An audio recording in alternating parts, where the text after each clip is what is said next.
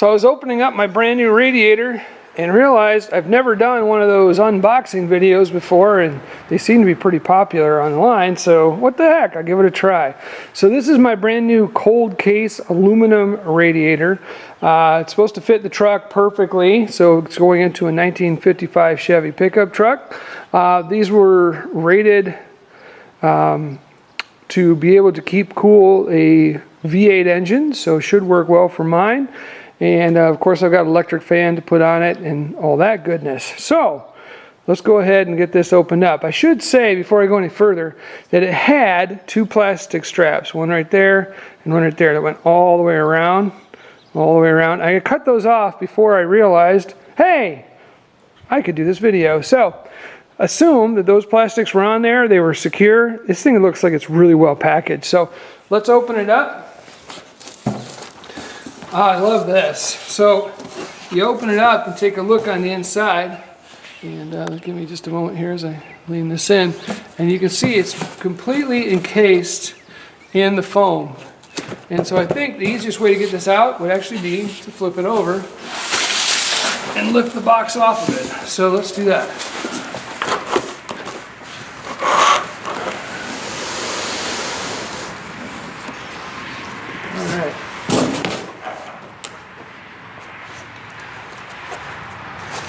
Oh, that is a beautiful thing. Goodness. Got my transmission cooler ports there. It's obviously upside down, but it is gorgeous. All right, tell you what, I'll get this flipped around the right way, and I'll have you join me again.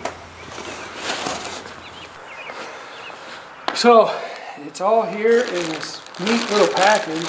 This looks amazing. It looks like it's going to bolt right in. It's got the same tabs on the side.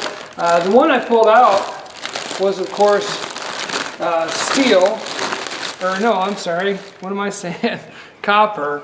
And it was great.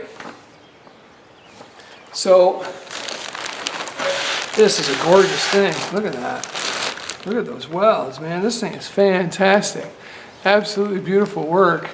The welds are fantastic on it. It looks absolutely gorgeous. I'm excited about this. No doubt about it. Let's see. I can't seem to get the cover off for whatever reason. There we go. User error. That's the reason. It's just as nice on the inside. It's just a beautiful, beautiful thing. And man, I'm excited to get this in there. I've had some issues with overheating, but, well, not really overheating, but it's not as cool as I'd like it to be. And this is a dual core unit, and at least it's supposed to be. Let me count how many. At least I was thinking it was. Yeah, two big cores. So it's got two really wide cores to it, and this should go a long way towards solving that problem I'm having. Plus, if you've been watching the channel, you know that my transmission just went out. I just had it rebuilt, and frankly, you know, if you're going to rebuild your transmission, it was going to mean a new transmission cooler. And I thought, you know, if I got a new radiator, it would solve both problems at once. And so that's what I did. So I am really excited about this. This looks absolutely phenomenal. The workmanship looks great. It's an absolutely beautiful unit, and very, very well packed. I am honestly extremely impressed with the packing on this. Pardon me. So you can see this is all built on the inside. This was the cover that was on it, and I'm turning it the wrong way. It sits in there exactly. It fits into the box exactly. They really did a quality job on this, and that packing is there to keep this unit safe. And I spent some time working for one of the major carriers that most of you would recognize if I told you the initials, and frankly, I know the way some of this stuff gets handled, and packaging like this is really, really important, especially for something potentially as fragile as a radiator. Man, I'm excited to put this in. It's going to be fantastic. So, hey, looking forward to showing you that video as well. But, oh, it looks good. I'm excited about it. I got a lot of work to do, though, before I'll be ready for that. I got an engine that needs to be completely reassembled here, so I better get back to it. Hey, thanks for joining me for this unpacking, and please reach out, cold case, I got it through Summit. You can probably get it directly from Cold Case, but I was putting an order of other stuff I needed, and they gave me exactly that. So I'm very excited about it and looking forward to getting it in my truck. All right, so if you've been watching the channel, you know that the transmission went out on my shop truck, my 55 Chevy Sketchy Pass truck, and I ordered a bunch of parts. I figured since I'm pulling the engine out anyway, the timing was acting a little weird, so I ordered a timing set for it, and that's a really good thing because that was about ready to come apart. It was really sloppy. And I had an oil leak on the front. Some of that is the valley pan gasket, and some of that is out of the front of the timing gear cover. This oil ring here that goes around the crank was cracked and dry and brittle, and it was leaking oil out the bottom of it. And so I ordered this guy for the front of the timing cover, and so this is the timing cover gasket, and this goes underneath the main bearing cover there. This is an oil pan cover, or an oil pan gasket. I haven't opened that yet. I'll have to give that. I'll get that open here in just a moment. I thought since I'm doing it, I know that the intake is leaking again out the valley pan area, and so I was going to have to pull the intake off to fix it. So I ordered new small. These are for the small block Chevy, of course, but it's an Edelbrock intake. So I ordered matching intake gaskets for it. So this is a set of intake gaskets. I've got stickers. Nice. I ordered a bunch of the black RTV, so this will definitely fix me up for, I'll be able to coat these gaskets and make sure that that stays in place. By the way, I work for a silicones company during the day, and I want you to know that overall, unless it says specifically on here that it's not to be used in constant contact with oil, most of these will work on just about anything. The only difference for the colors is because it's a mental thing. They change the colors of them in order to match people's expectations, like blue for water, black for oil, but frankly, this will work on just about everything. There's really not much of a difference for any of those products, so just keep that in mind. And my timing set. So let's open that puppy up, take a look. There's an alignment instructions. Nice. That's pretty. That's a pretty thing right there. That ought to fit right on there. Very nice. I'm excited about that. I need that. And then the last thing in here is the torque converter for the new transmission. Well, it's the old transmission. It's just all new inside, and it is completely new inside. All the belts, all the discs were worn out. You put a new shift kit in it, a B&M shift kit in that, and I'll have another video on that as well. And also a brand new pump, because the old pump was damaged and it had broken. So he went ahead and replaced that as well. So I'll be in good shape. This unit right here should help me get the power from the motor engine into the transmission. So let me get a tool here real quick, and we'll finish our unpacking. All right. I love these things, man. They're like the biggest bubble wrap ever. It's nice. Woohoo! Oh, I popped it with my thumb. That's just unfulfilling. Well, it doesn't just be a good. Oh, that one sprung a leak. Bummer. Anyway, both of these guys are just not. They're not playing by the rules. They're just leaking. But they got everything here safe and sound, and that's really what it's about after all. Ooh, stickers. That's the same stickers that I just pulled out. I accidentally dropped them back in. All right, so let's pull this guy out. Actually, I'll pull it out. I can see a little better. Oh, goodness, that's heavy. 22 pounds, I think. I believe it's 22 pounds. Ooh, that is a pretty thing right there. I like it. Let's get it out here. We can take a better look at it. That is freaking awesome. Holy smokes, that is so much more heavy duty than the one I just pulled out. That'll last a good long time. Fantastic. Woo! Stickers? Can't help myself. I get excited. Said, you know, you spend $350 on a part. It should come with stickers. That's important. Sweetness. All right, well, let's leave that stuff in there for right now. And oh, I got one more thing to unpack. Oh, that's heavy. And that is my gasket set here. So, aha. So let's open her up. Take a look. Careful with the knife now. Don't want to go damaging anything inside the box. That would stink. Sweet. All one piece.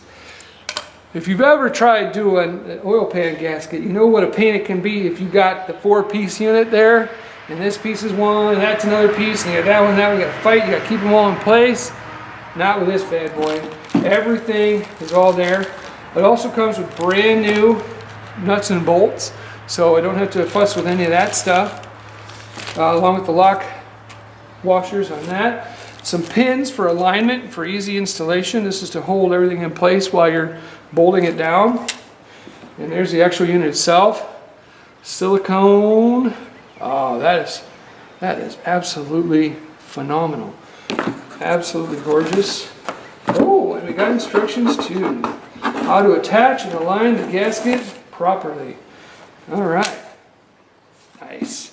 I tell you what, man, for me, these Fel-Pro units, I have always had really good luck with this stuff. But, like anything, you can decide how much you're going to spend, what are you going to invest, and maybe to you it's worth your time to save a few bucks and get the 4-piecer. I tell you what, these 1-piece units, the likelihood of leaking is a lot lower, and I'm just a fan. So, we'll put that there and kind of reassemble our box here.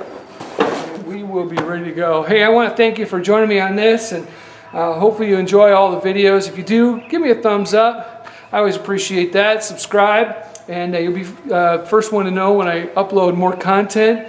You know, I have a full-time job, so I don't upload content maybe as often as some people would like, and I'm also kind of, you know, squirrel, you know, I'm a little bit like that. So it's very easy for me to get distracted and get sucked into other projects.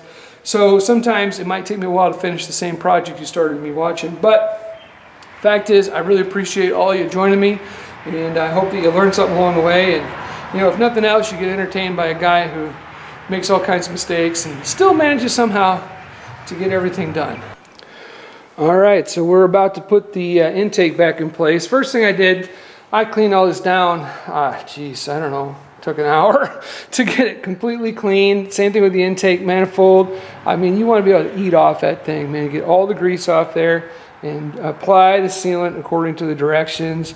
This is an Edelbrock setup, and so that's what I'm applying it toward. Now, I'm a fan of, I don't like these valley pan gaskets or intake manifold end gaskets, whatever you call them. These things that run here and back here. I don't like them.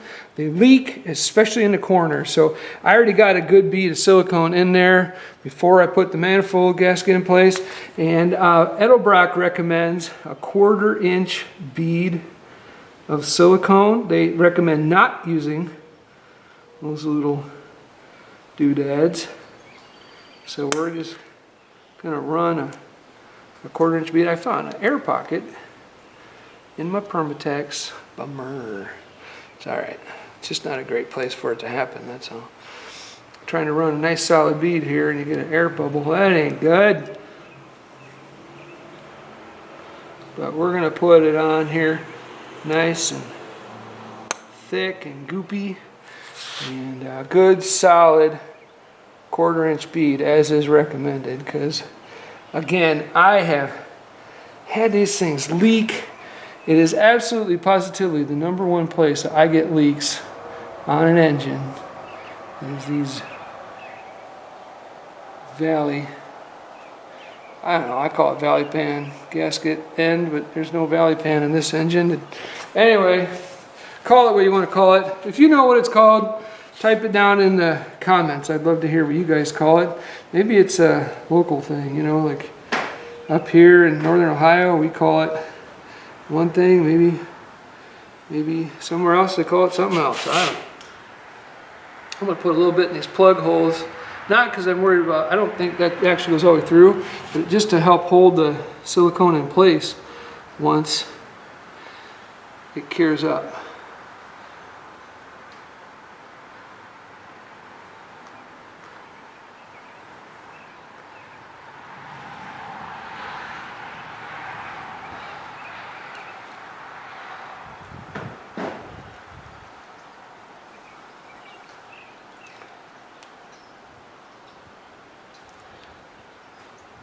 And just about there. This is not the place to skimp, in my opinion. I'd much rather have more than I need here than not enough, because these bad boys just... Have I mentioned that they leak? Have I mentioned that? Alright, just checking. And silicone is good to 600 degrees. And I don't think we're going to have any kind of temperatures like that. So, there. Nice solid bead on there. I'm going to fill in a little bit of what could be an air pocket there by gum. That'll take care of it. So, it may look just a little messy, but it's definitely going to give me the seal that I'm looking for. Alright, next thing we do is seat the intake. Let's put her in place. Easy does it now, easy does it. Line up them bolt holes. Do it once, do it right. Beautiful. Everything's lined up, good. And before your silicone, your sealant has a chance to harden up on you, you want to get your bolts in there at least finger tight. Actually, you don't want to go like torque them to the moon. Give it some time. The instructions generally say an hour. Go by the instructions. I mean, they know what they're talking about. They do it professionally, right? But we want this puppy to sit in there, do its job. I'm just double checking everything.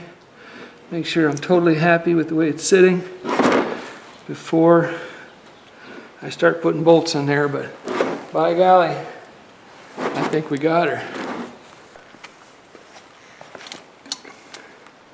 So the reason for only finger tight is dickens of a time with some of these.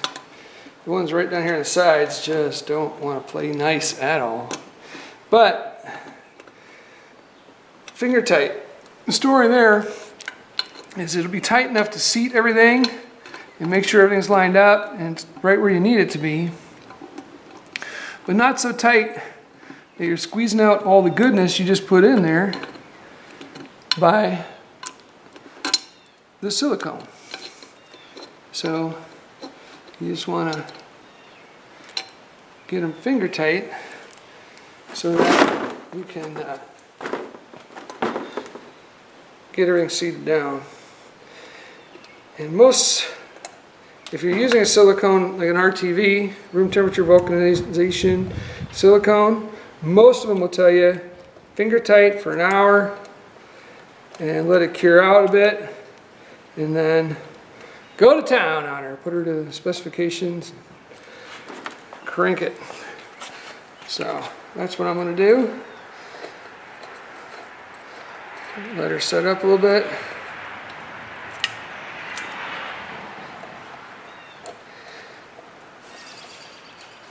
And as a rule, I'm just double checking here, but since it's only finger tight, it's not such a big deal. But when you go to put spec torque on these, I recommend starting in the middle, working your way out. I guess everybody's got a little different feel on that, or a little different thought process on that. That one's being a bugger. But if you start in the middle and work your way out, it's hard to over torque something or crack it or warp it. If you start at the ends, then if it expands a little bit as you tighten it down, it's got nowhere to go. if you've already done the ends. So starting in the middle and working your way out, that'd be what I'd recommend. That's what I do, let's put it that way. I'm gonna have to either change that or, well, that's weird, I can do it by hand, but I can't do it with this. Anyway, that ought to do it for now, and then we'll go back and crank her down to spec here in about an hour. All right, so I'm about ready to put my timing set on. So the timing set is gears and a chain. So it's gonna be really, really vital that I have the gears aligned, and this one slides onto the crankshaft. The large one goes on the cam here, the camshaft. Now this one, this bottom one, is going to go in this way, and I'm going to push it all the way back. Now I can wiggle it on some of the way, but some of the way I'm going to have to drive it. And to drive it, you don't want to hit it with a hammer. I'll show you what I mean. But before I seat that completely, I've got to get my cam unit on, and I have to have the chain all attached to both parts, okay? Because once this is in place, I'm not going to be able to move this and put it where I want it. I'm not going to have the room to do that. So it's a little bit of a dance to get both of these parts to line up and get them on there where they need to go. And to make sure, again, my marks are still lined up. You may recall when I pulled this apart that I had the circles lined up here, and that's the way it needs to go back together. So we're going to go ahead and get the chain on here and then dance this down so I can swing it back up into place here. So let's get going. When I go to drive this bottom gear on, I'm going to use this really large socket. It's going to put even force all the way around like that, and I'm going to use a rubber mallet. Now you could use a regular hammer, it would work, but really truthfully I'd rather not damage the socket if I can help it, so I'm going to tap it on with the rubber mallet. But before I do that, I'm going to get my chain in place and make sure everything's lined up so that I can start looking at getting everything seated properly. The setup I'm going to be running is called a double roller set. It's stronger than a regular chain. You can see there's actually two sprockets all on the same sprocket, two gear tracks, if you will. And so the chain has actually two rows of chain built into it. So you can see there's two complete, it's all hooked together, but it is two rows of chain. And so it's a lot stronger than a traditional set, and I can show you that here in just a moment. For reference, this is the set that came off of it. Now this is good, and it's a stock setup, but you know, this is it's a hot rod truck. The engine is not really anything special, but I'm probably more likely to put it through its paces more than I am my regular daily driver. And so the double sprocket setup, the double roller setup, excuse me, is going to be stronger than this one. So if I lift this out, you can see it's just one gear. And it's big, it's beefy, and the same thing on this. You can see it is big and beefy. You can see that it is in fact one chain on the inside, just one row of holes. So this is considered a standard duty set, and the double roller is considered heavy duty. They just take more punishment. This is still strong. This is what's running in most vehicles leaving the factory. And I mean, I have no idea how many miles are on this engine, if this is an original set or if it's not an original set. But the fact is that this is giving out. There was a lot of play, you may recall, when I took this off. And so this new set is going to be tight. It's going to be harder to seat in place. As a result of that tightness, we'll get it all in place. You know, I keep saying we're going to do it. I'm not sure how much help you guys are being. I mean, you know, just being honest. But anyway, let's go ahead and get this guy in place. So I got it all lined up here. My two pins are lined up, my two markers. And the thing is, of course, with that chain, you can't move it. So it's not like I can lean this back or put this onto the holes like this, because it's just not going to go. And so I've got a little bit of wiggle room here. So I'm going to leave that attached like that. Now this is how I do it. I'm sure there's other ways to do it. And then I'm going to tap this back.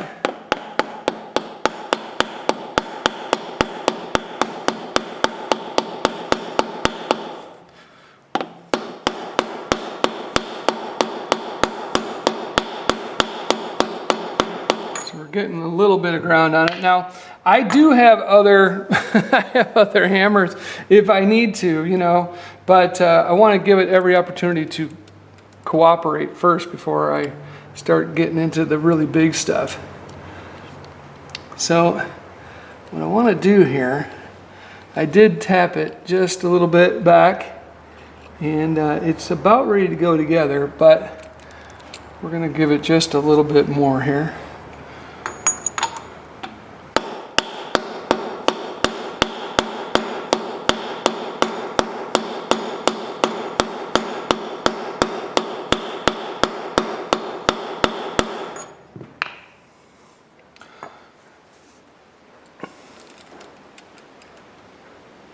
So it looks like my rubber mallet is just not quite getting the job done. I can almost get it on there, but I think I'm going to be all day about it. So a few love taps from a hammer with a little more intention to it. So we'll bring this guy into play. But again, I'm just trying to tap it back gentle, like. And we are tapping here. You can see these are little love taps. I'm trying to go back just far enough to get everything to line up. I don't want to go all the way onto there yet, because I got to be able to line my bolts up without hitting any of these pins with my chain.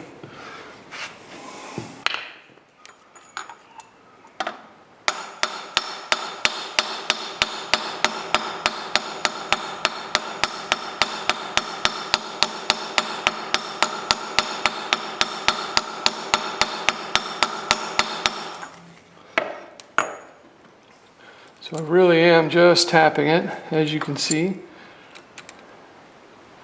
There we go. Now it should line up.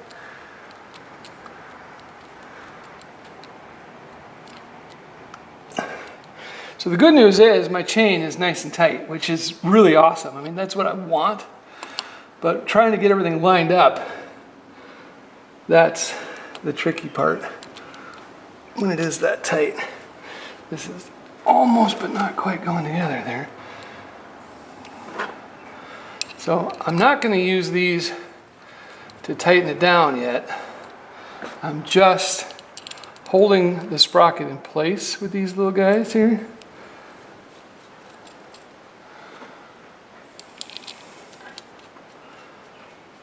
And that's just going to keep things from falling. I'm going to give this a few more taps, and then hopefully this sprocket will slide on. It should. But there was a little bit of play when I pulled it off, you remember? And so they may not be completely in alignment, and I might have to crank just a little bit to get it to slide together.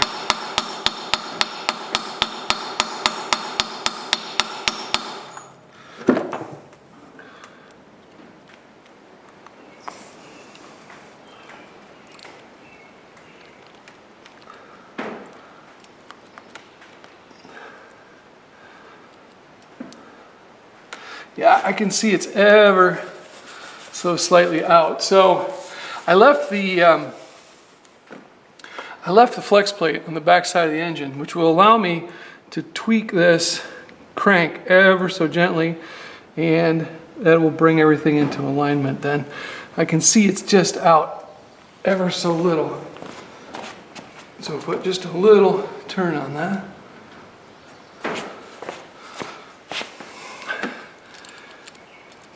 And there we go. Just enough. I just needed that little tiny tweak. And so then everything lined up and fell into place, which is what I was after. So now we'll just tighten. Again, these are not tight. It might look like I'm not even actually snugging them up. I'm going to leave that little gap there because I still need to work this bottom gear back.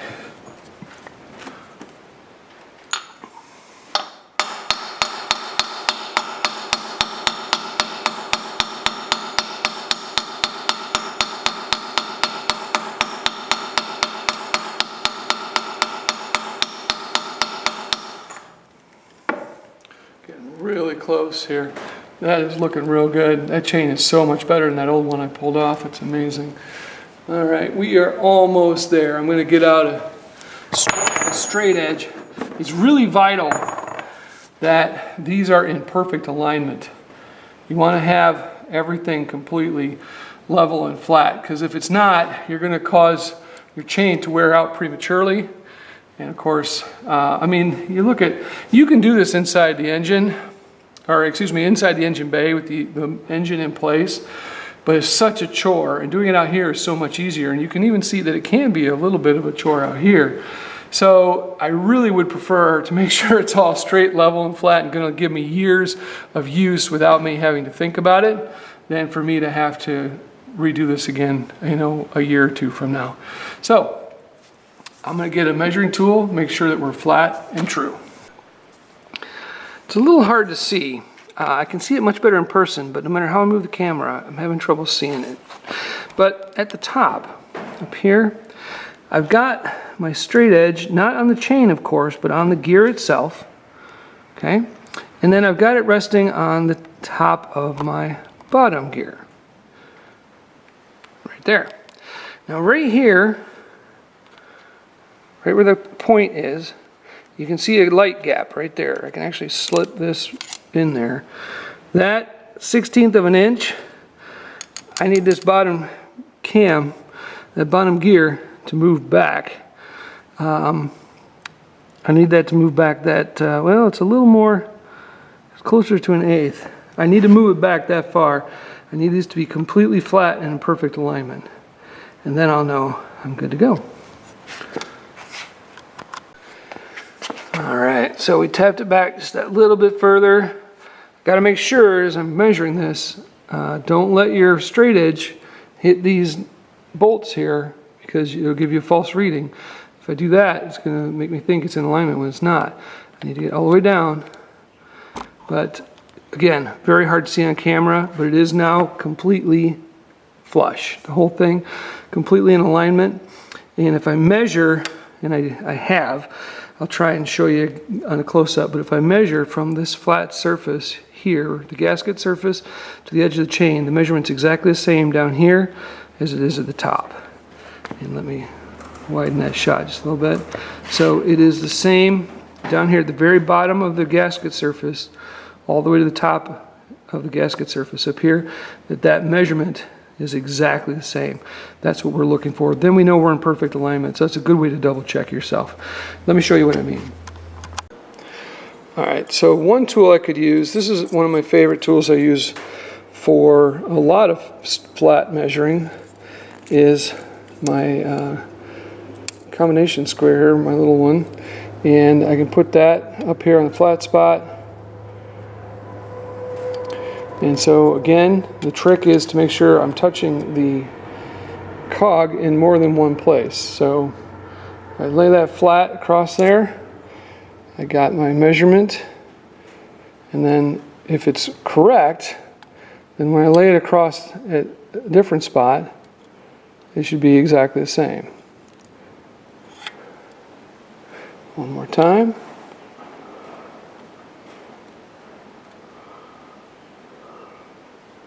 I'm going to double, triple check this, because obviously I want it to be right. All right, so it is accurate according to this. It is exactly the same. Now, if you want more accuracy, I'm going to use my digital caliper here. Now, trying to do that measurement with this end is going to be really hard because this piece is sticking in the way. So instead, I'm going to use the tail end of it.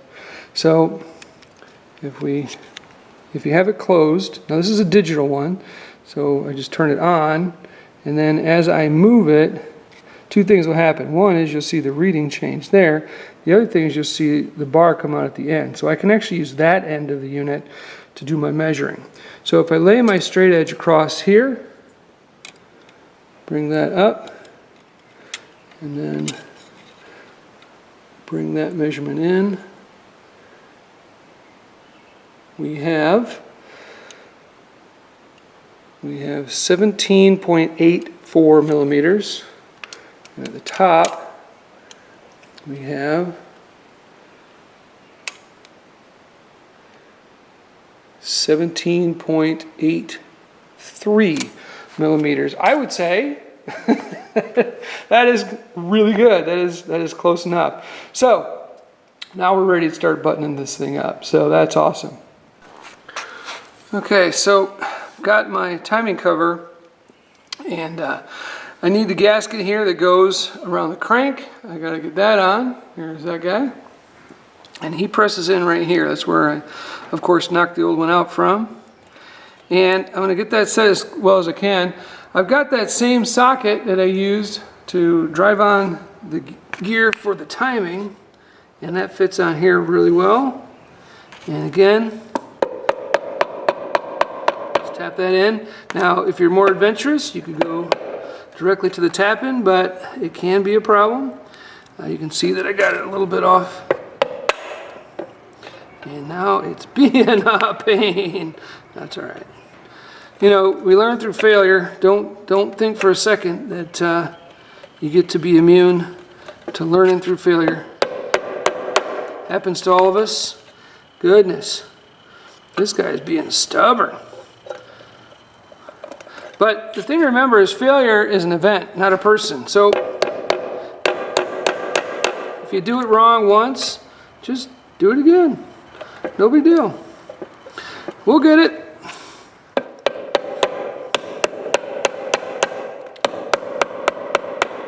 There it goes. Out, thumb. There we go. We're getting her. So we just pound that the rest of the way down and we'll be good to go. Alright, so now I'm ready to put my cover on. So this is the gasket, and I've test fitted to make sure it lines up. Fits the two alignment holes here and here, and then when I do, all the bolt holes line up. So that's what I'm after. So let's get those guys loose. So now it needs a good slick of RTV, room temperature vulcanization silicone, or silicone rubber if you prefer. And we're going to be putting a good smear of that along the back side here and set her into place. So I've got my ultra black RTV here. It's a Permatex product. I like it a lot. So I've got the tip cut off and just squeeze that up in there. And now we're going to bring it up here. We just want a nice bead on this gasket surface. We don't need to go crazy with it, but we need a nice bead of it just to give us the sealant that we need. So I'm just going to put a nice layer of it on here. 1/8 of an inch is plenty. You probably won't need that much. This is not a high pressure area. It's just getting all the slop, you know, all the oil that's draining down from the valley, the lifter valley, ends up running down the front of the engine and slips into here, and then once it gets in here, the timing chain just sort of grabs it and slings it around, and so everything gets well coated in oil, but none of it's really, it's not like it's a pressure line where you got, you know, high pressures in a confined space. This is a very low pressure situation, but a lot of volume, a lot of oil slinging around in there. So a good bead all the way around. And one thing you want to make sure you do, you can see I'm doing it here, is you want to go around all of the bolts, the bolt holes, with the goop. It's always recommended. Go all the way around. And I only got to get this on one surface. So like on, what I mean by that is I don't need this on the gasket and on the cover. I just need it on the gasket. I did the same thing on the other side of the gasket. I just applied it directly to the gasket, then I set the gasket in place against a dry, clean engine block. And that will be adequate for sealing this. And once I get this on here, I right away, before the RTV has a chance to start setting, I don't want it to skin over. I want to just go ahead and get that cover on here and get it sticking to both surfaces. And that's going to give us a better seal.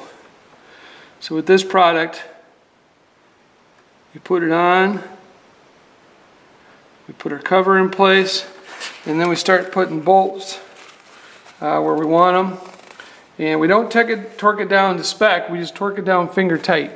And that will be plenty to ensure that you've got good adhesion, but good sealing. And then once it's cured out for an hour, then we can torque it down to spec. So this is nice and clean, nice and dry. So I set this up in place. It's got the same guide holes, obviously. I don't know, maybe it's not so obvious, but it does. So we'll put that up in place there. And now we just get all of our bolts started. Just to, again, promote good adhesion between the surfaces. Hold everything in place where we want it. So I'm going to go around first and get them all started. Get them in there, a couple of good threads before moving on. But I'm not going to go all the way to seating it yet. I want to be able to fudge this around just a little bit. You know, you run into a problem with, you get stuff a little too tight. Doesn't take much, and then it doesn't want to move, and you might need a little bit of play at the top or something like that. So going this route, taking my time with it, just getting everything started well. It's going to give me that little bit of play I might need later on.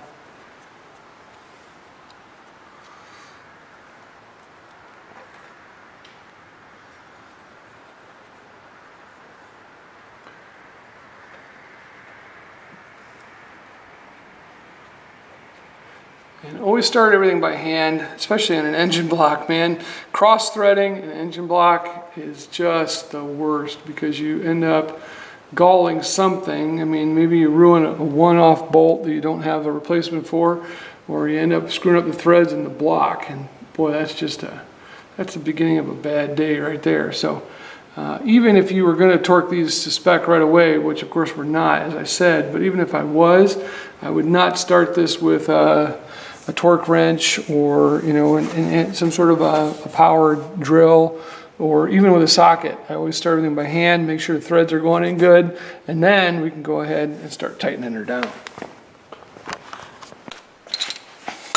All right, so just put it on hand tight. To me, this is what I do, is I use my socket, and it'd help if I had the right size. Now I got the right size socket, I put that on there, and we'll just go down to where it just snugs up. Actually, it occurred to me I kind of want to start up here and work my way outward, just to put the odds in my favor of everything going right. So I'm not squishing any goop out just yet. As soon as I start to see it moving, I stop.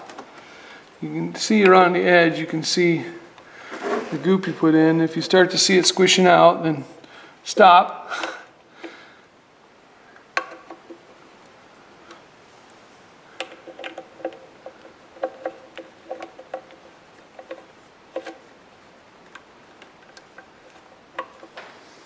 So we're getting these all just to where they're starting to seat. They're just coming down against the surface. And I can see a little bit of movement there. And just start to see my goop, my silicone, my RTV. Just start to see that move. That's where I want them all to be right now. Kind of like that.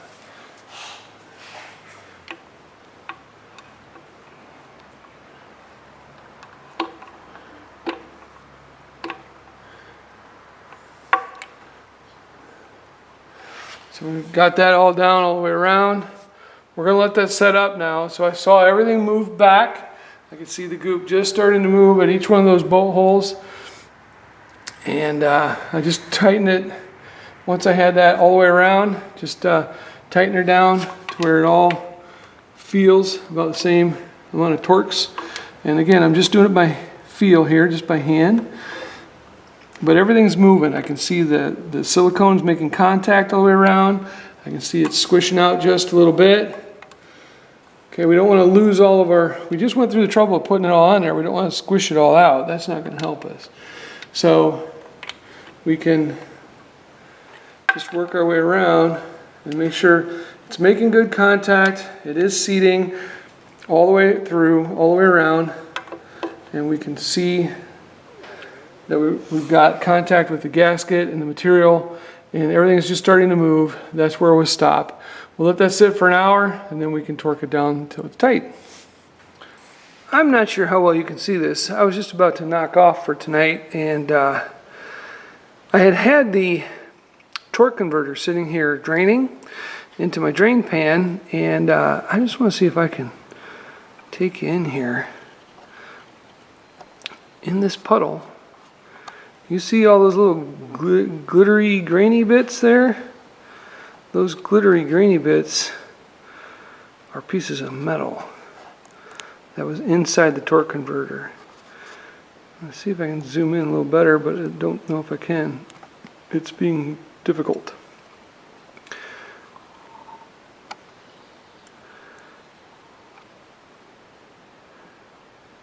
Now, that's as good as it's going to get. But those are all little flecks of metal. Let's see if I can scoop some out here.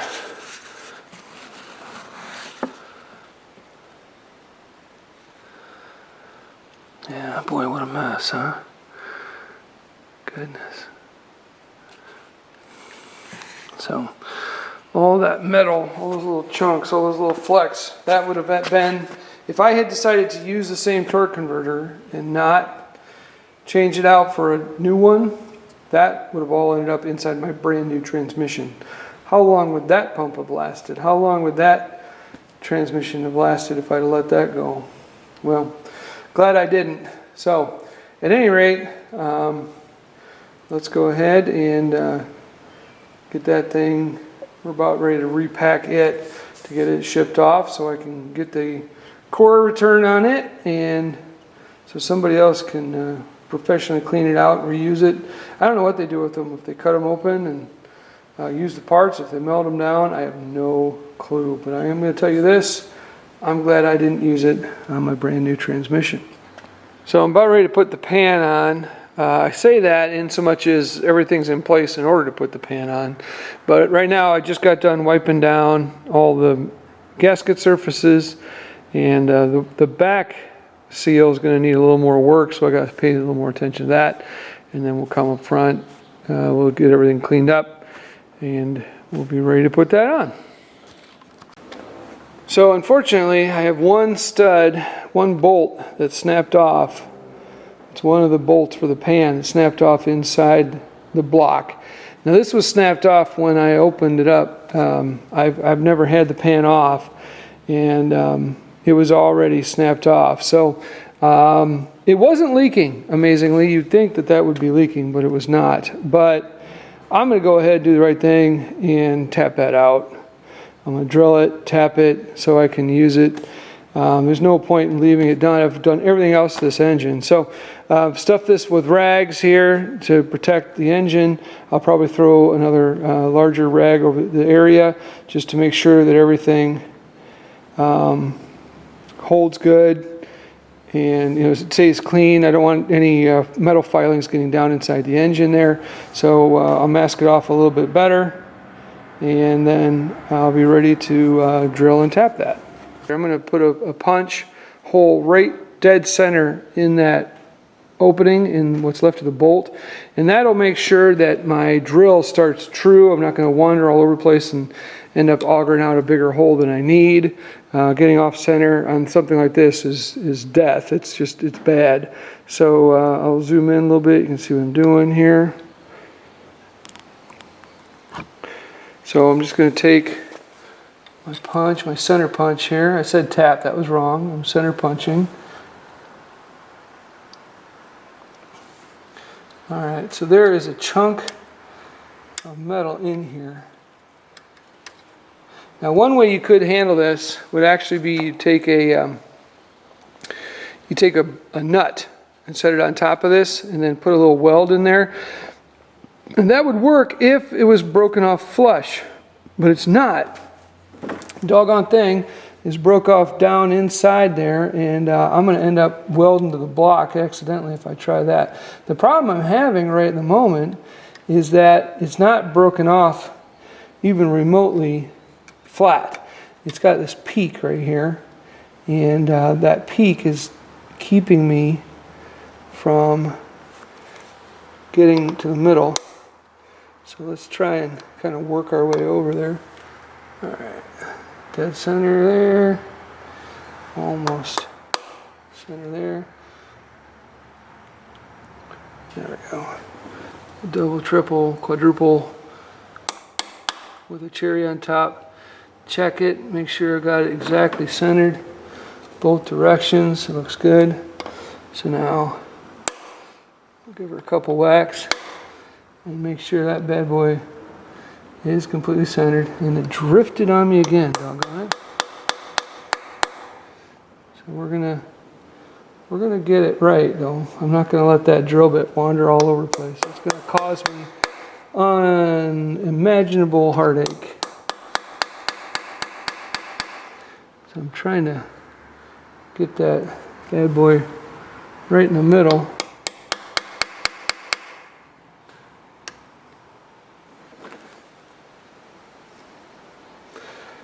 Alright, I think we finally got it. Doggone thing. Nope, not yet. Still not in the middle.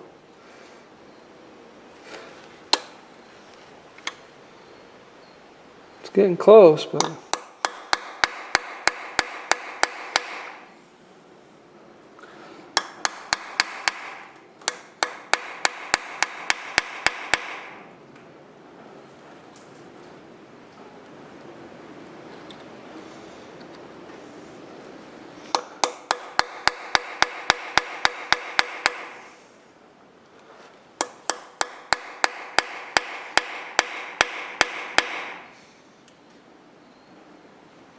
all right, there we got it centered finally. Goodness. All right, so now I'm gonna get a drill and we'll start drilling her out.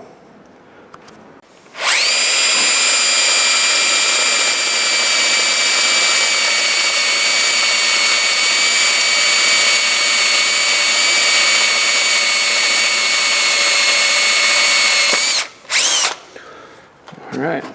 So I got my tap hole here, and now I can start to get a little bigger until we get to where we need to be. Drill all that material out. I did test in the adjacent hole right next to it here how deep the hole was, and that way I would know how deep to stop my drill bit, but I figured there'd probably be more depth to the hole than there would be bolt left in the hole, and I was right. There's a little pocket of air at the bottom, empty void down there, so that was good. I'm dead center in my bolt hole, so now I can just go ahead and continue drilling it out.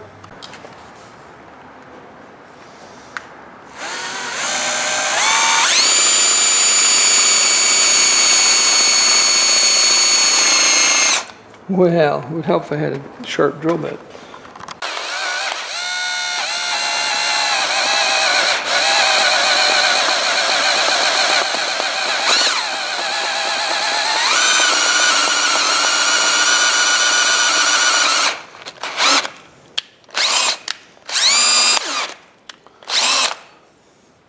I think it actually grabbed that nut. It grabbed the bolt and drove it right down to the bottom. I don't know if we can get an extractor in there or not. I think I see the threads. Yeah, I grabbed that bolt and just drove it right on down. Well, that's interesting. It'll go down, but it won't come back up again. Well, let's try a bolt extractor quick before we continue drilling. That'd be a lot cleaner. Alright, the problem with these extractors is if they break off in there, then you're really in trouble. So we'll just take our time with this. See if it'll drive itself back out again.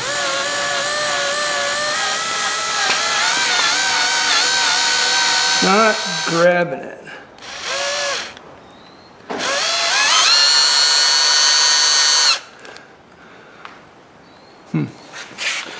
Alright, have it your way. I'll play your little game. We'll continue drilling you out if we have to. I was hoping to avoid that. That's fine. That's what you want.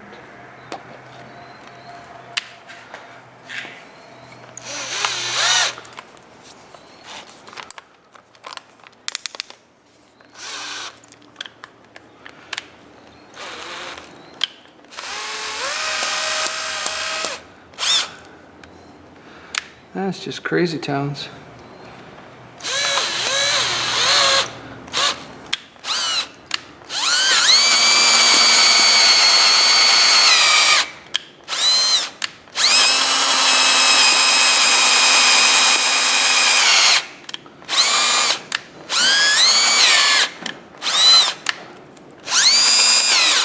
It's got a little burr on the end of the bolt and it won't let me drill into it.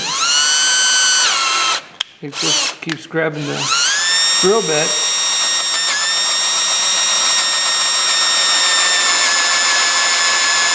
There it goes.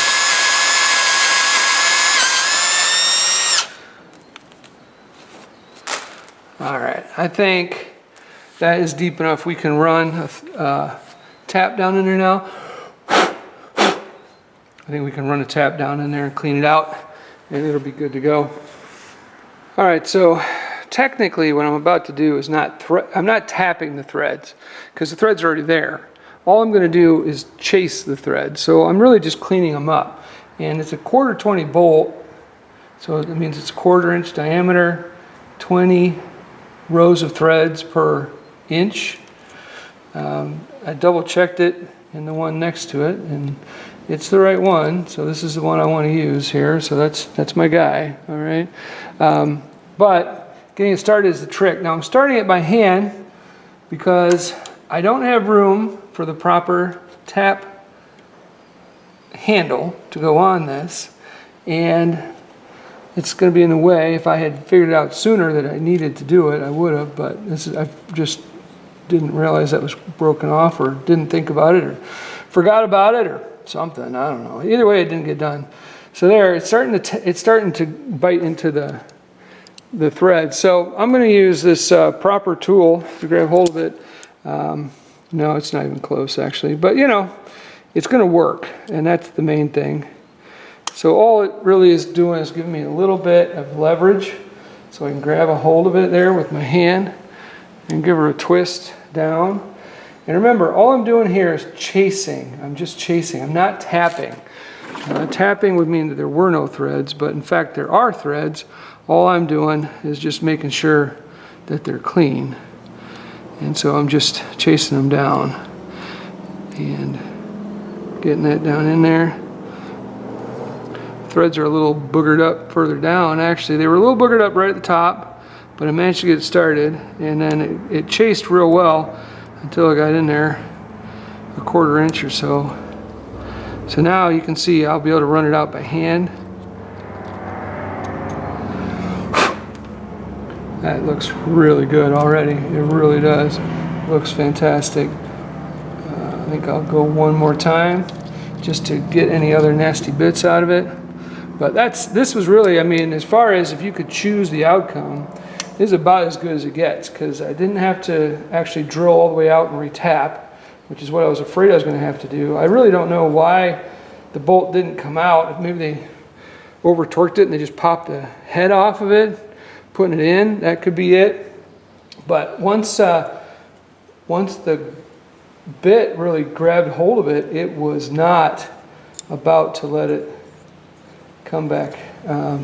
It drove it right down into the block. So I think we're going to be in real good shape with that.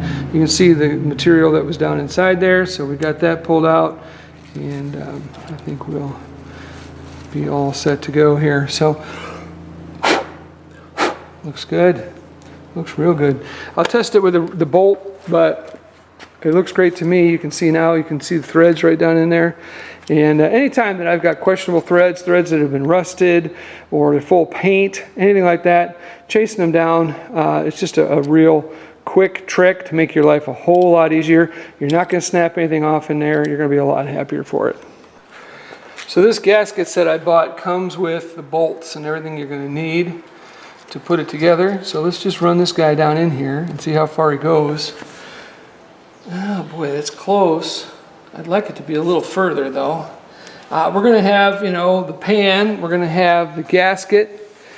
It's going to be real close. There's also a little bit of a washer there. I suppose if worst comes to worst, I could stack a washer on top of it. But, you know, it's nice and clean and neat. It goes in there most of the way down. Let's see, just for kicks, how far it goes into the one next to it. That does run all the way down, so I might want to go a little deeper with that. Well, let's get that done. We'll go a little deeper and we'll be all set to go. All right, so we got everything set and cleaned up and ready to go. So this is my new gasket. It's a rubber gasket, silicone rubber. It's got aluminum on the inside to hold it in its shape. It has these two little dudes here, these two little tabs, and you want to make sure that those tabs go into the tabs on the back end by the flywheel. That'll help you make sure you got everything in the right place. Also, of course, you've got your opening here for the dipstick, so that's going to need to go in the right place as well. Probably obvious, but again, just one of those things to mention to you. So we'll just work that around, and we'll set this guy in, making sure the front is right where I want it, line it up with the holes, make sure the back, the two tabs kind of snap right into place. It's a very positive feel. You definitely know when it's in. And with that, we're ready to set the pan in place. I'm just going to test fit the pan quick, make sure that the gaps look right all the way around. Some of the engines come with different thickness of seal up here at the front, and so I just want to make sure the pan is going to fit right up there. All right, so I'm ready to put the pan back on, and you can see that it's real pretty. It's actually in real nice condition, especially on the inside. Looks great, nice and clean, no rust. We're good to go. And I show you that because if you looked at the outside, you might say, Jim, seriously, like, you're not going to replace that with like one of those fancy chrome ones? You know, well, I got to tell you, you know, straight up, that whole chrome will get you home thing, myth. Seriously, been there, done that. Nope. And hey, I don't know about you guys, I'm not made out of money. We got to make work what we got. It's straight, it's in good shape, needs a coat of paint, no big deal. We can handle that. So let's get this bad boy back on there so we can get this bad boy back on the road. Here we go. All right, so we're ready to put this bad boy back on. So get her centered up here. And let's put her in place and make sure we've got all the clearances we need. We got the tightnesses we need in the right places. Looks great in the back. The front looks good too. All right, so she's ready to get bolted back on. And like so many things, I'm going to start in the middle and work my way out. Two reasons. One is the smaller bolts are all in the middle. And they have the 7/16 head, they're 1/4 20 bolts. Those are the ones that go here. These outer ones, front and back, both sides, take a 1/2 inch head and They're just a little beefier. I think it's because you're spanning the crank there, so they've got the pan reinforced in those places using a little heavier bolt. So start in the middle, work our way out on both sides, and then we'll tighten her down to spec.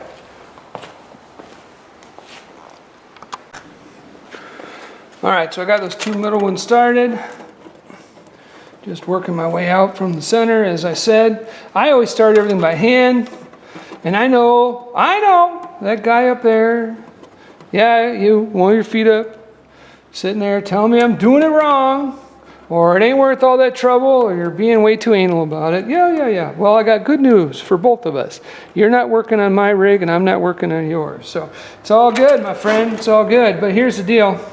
I have seen these things leak just thinking about bolts not being tight, and frankly, I'm going through all this trouble to make sure she doesn't leak. I'm going to take that little extra, work my way out from the middle, because that way you're secure in the center. It gives the metal a chance to stretch and relax into place on the edges, as opposed to if you work your way out from the outside to the middle, you might get a little bit of a bubble here, just enough to cause a leak. Doesn't take too much for them to leak anyway. This seems like the right way to do it to me, and it has kept my stuff from leaking all over the place, so I'm happy with it, and that's what I'm going to do. But hey, at any rate, go do it the way you want to do it. All right, so those are all the quarter 20 bolts. Now I just got to drop the other two in on both sides, and we'll start tightening her down.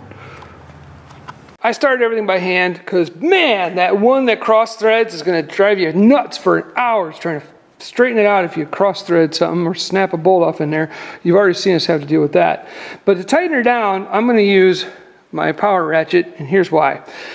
This little doodad right here has got nice thin walls on it, and I can get this tightened down easily with that. It fits in there real nice. I have found a regular socket does not fit well between that sidewall and that bolt head. Just does not work for me.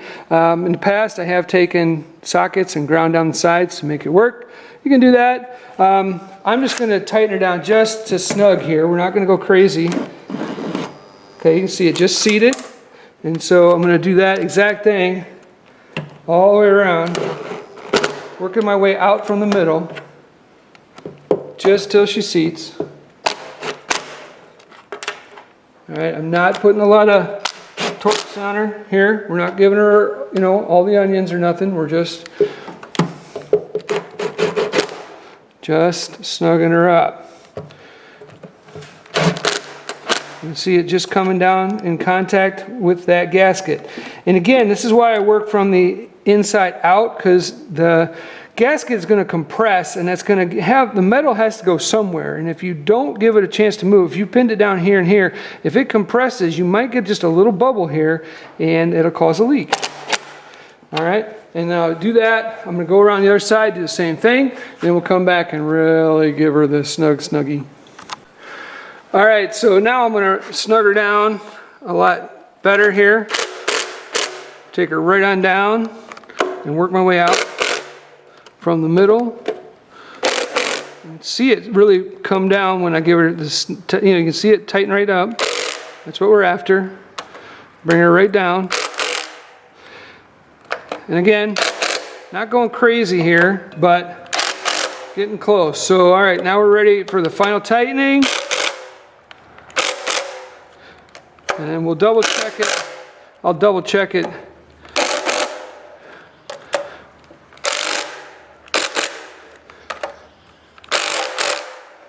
For tight.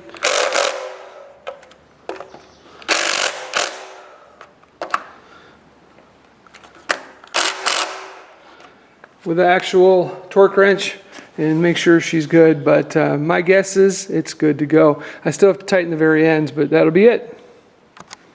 Alright, so I want to get my water pump on. I figure the more stuff I get on before I put it in there, the easier it's going to be for me, and I'm a fan of that.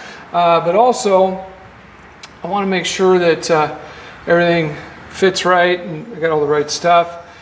Some of the stuff I have to wait till it's in there, and some of it I don't. So the water pump is one of those things that I can get on now, and I'm going to get my pulleys assembly down here on as well, the crank, and then we'll go from there. So what I want to do here is, got my two bad boys here. I'm going to put both of these guys on, And so what I like to do is I like to put a little smear of RTV on both sides. RTV, room temperature vulcanization. It's a silicone product, and you don't go crazy with it now. You know, you just need a little layer of it. That's probably enough because I've got it fairly thick in some places, so I can bring it down here. And this is really just to make up for any any issues with the surface of the block. This will account for that. It'll make up for that. Don't want any of it inside the block if I can help it, so we'll get that out of there. All right, and we just kind of put it on like it's glue. And we just set her right in place here. And I got to move fairly quick. I mean, I don't have to be a speed demon here, but you know, I do want to get it all together before it has a chance to do something goofy. And let's see, how's that going to work? Is that hole going to be okay? I probably could cut that extra off of there, so I'll do that real quick. Wait for the truck to go by. Or motorcycle, as the case may be. Alright, so just again putting a layer of goodness on here. And I just need to get enough on here to be able to smear it around with my finger. That ought to do. And then we'll just, again, just a nice thin layer. You really don't need much. A lot of guys just put way too much on. They figure if a little is good, a lot is better. And frankly, a lot is just, it's just a lot. It's not necessarily better, but it doesn't stop guys from doing it. So at any rate, there we go. Just a nice layer on there. And that'll glue those on for the moment. And so now I'll repeat that same process on the water pump. And then I'll set the water pump in place right up on the unit there, right up on the block. Alright, so I just got a little smear of it all the way around. And now setting this guy in place can be a bit of a bugger. I want to have my bolts ready to go here. And we'll bring her up close. Get it as straight as I can. Get that one started. Oh, come on now. Don't treat me like that. You know you want to be nice to me. There we go. Get her started. Over here. And get her started. And I'll grab the other one. Bring it up. Get it started. And those of you who are paying close attention will tell that I didn't get either one of them started. I thought I did, and I was wrong. Don't tell my wife. She still thinks I never make mistakes. Okay. Get those guys. Yeah, start it up a little further. There we go. There. And I painted it black. I mean, it could have been any color. And I suppose it didn't matter. I'm just not a fan of rust. And you leave that cast long enough, it'll discolor and do weird things. And I just don't like looking at that. So it needed to be something. I painted it black. That's the color it is. It's my truck. It's the way it's going to be. It doesn't matter. You don't need to comment. But if you want to, go ahead. What color do you think it should have been? Should I have painted it silver? Pretended that it was something it wasn't? You let me know. All right. Got to tighten those up and we'll be good to go.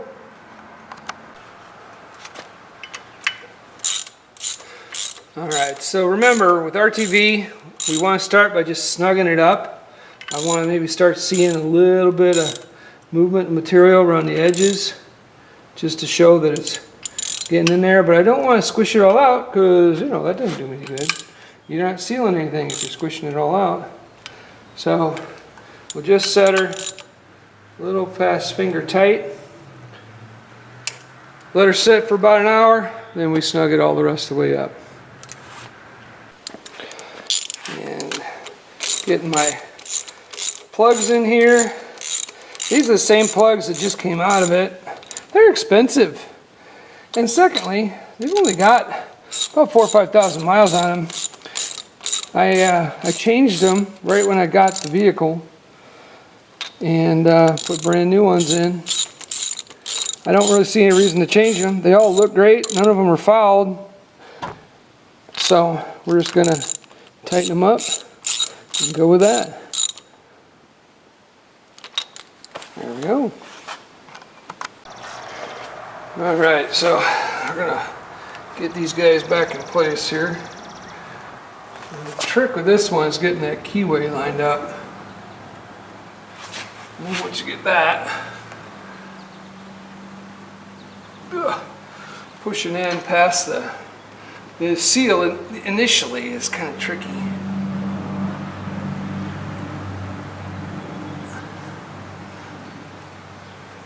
So we're starting her there. Alright, now the other thing, of course, is this has got a great big washer on there, and it's a big old long bolt. But I'm going to need to go a little bit further with it, so I'm going to press it back and forth until it pushes in, and then we can start driving it in using that bolt. Alright, so just work that on there nice and easy like, far enough that I could get the bolt started, and then we can use the bolt to drive the pulley the rest of the way on. Now it's true, you could drive it on with a hammer. A mallet would probably work. But I personally prefer this method. I'm not against using brute force. I mean, heaven knows I do that a fair amount on this channel. But in this case, I just want to take it on nice and easy. We've got about another 1/4 inch to go here.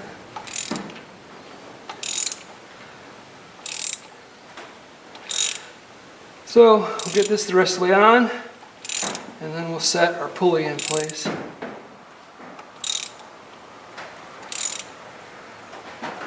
And we'll be good to go.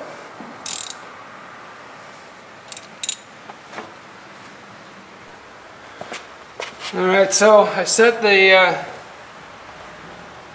my big weight there, got that set, and then I backed the bolt out because I needed to, frankly. No, it doesn't go, the bolt doesn't go under the pulley. So I drove it on with the bolt, backed the bolt out. Now I'm putting the pulley in place. I'm just firming it up first to make sure I don't bend it, because that would stink.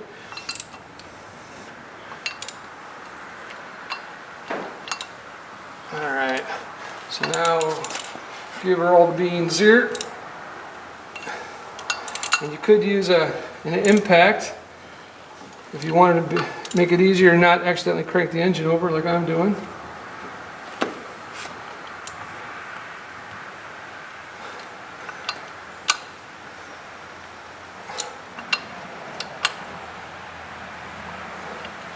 Alright, so that's about it. And then we just got to reset that guy. That's when we use to drive in the harmonic balancer. Alright, tighten that up, and again, good to go.